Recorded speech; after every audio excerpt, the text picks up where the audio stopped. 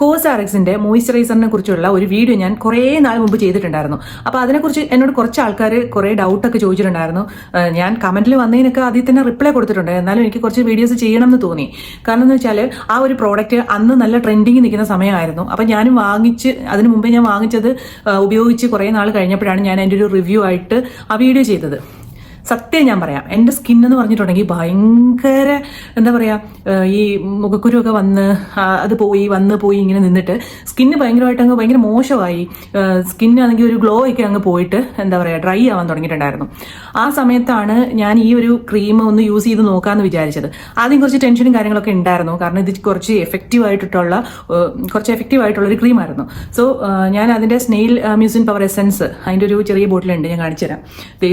ഇത് ഞാൻ ആദ്യം വാങ്ങിച്ചു. അത് കഴിഞ്ഞിട്ട് ഇത് കഴിഞ്ഞിട്ടോ, അപ്പോൾ ഇത് വാങ്ങിച്ചിട്ടുണ്ടായിരുന്നു. അത് കഴിഞ്ഞിട്ട് പിന്നെ ഞാൻ ആ മോയ്സ്ചറൈസറും വാങ്ങിച്ചു കേട്ടോ, അതിൻ്റെ ക്രീമും. എന്നിട്ട് അത് യൂസ് ചെയ്ത് ഒരു എന്താ പറയുക, ഒരു 1 മന്ത് കഴിഞ്ഞപ്പോഴത്തേനും ഇത് ഞാൻ ഈ രണ്ടും കണ്ടിന്യൂസ് യൂസ് ചെയ്തൊരു 1 മന്ത് കഴിഞ്ഞപ്പോൾ എൻ്റെ സ്കിന്നിനുണ്ടായ വ്യത്യാസം എന്ന് പറഞ്ഞിട്ടുണ്ടെങ്കിൽ നല്ല ഗ്ലോ വരാൻ തുടങ്ങി.